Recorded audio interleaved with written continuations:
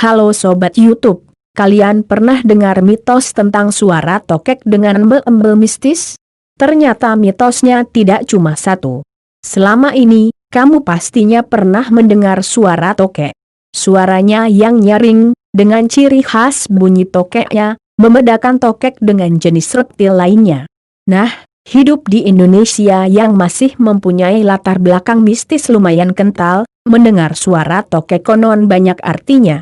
Mulai dari pembawa keberuntungan, pertanda makhluk halus, sampai kematian, mitos-mitos suara tokek ini hanya ada di tanah air. Apa saja sih mitos yang tersebar tentang suara tokek? Saya sudah merangkum mitos-mitos yang beredar tentang suara tokek. 1. Gigitan tokek tidak pernah lepas. Gigitan tokek memang tidak berbahaya, karena tokek tidak memiliki racun mematikan yang terkandung dalam air liur atau giginya. Tapi tahukah kamu, mitos kalau sekali tokek menggigit, ia tidak akan melepaskan cengkraman giginya sampai ada petir menyembar? Mitos tokek satu ini sampai sekarang belum terbukti kebenarannya. Tapi, inilah alasan kebanyakan orang menghindari gigitan tokek. Bukan karena sakit atau takut beracun, tapi karena khawatir tidak akan lepas. 2. Menandakan keberadaan makhluk halus. Mitos suara tokek lainnya mengatakan bahwa jika kamu mendengar cicak besar ini di tengah malam, tandanya kamu sedang dikelilingi oleh makhluk halus. Mitos suara tokek yang menandakan keberadaan makhluk gaib masih dipercayai sampai sekarang. Bahkan, tidak sedikit warga Indonesia yang menyarankan ketika kamu mendengar suara tokek di malam hari, segeralah membaca ayat kursi agar dijauhi dari gangguan iblis.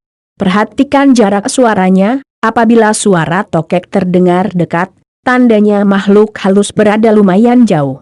Namun, jika suara tokeknya menjauh, itu tandanya hantu ada di dekatmu. 3.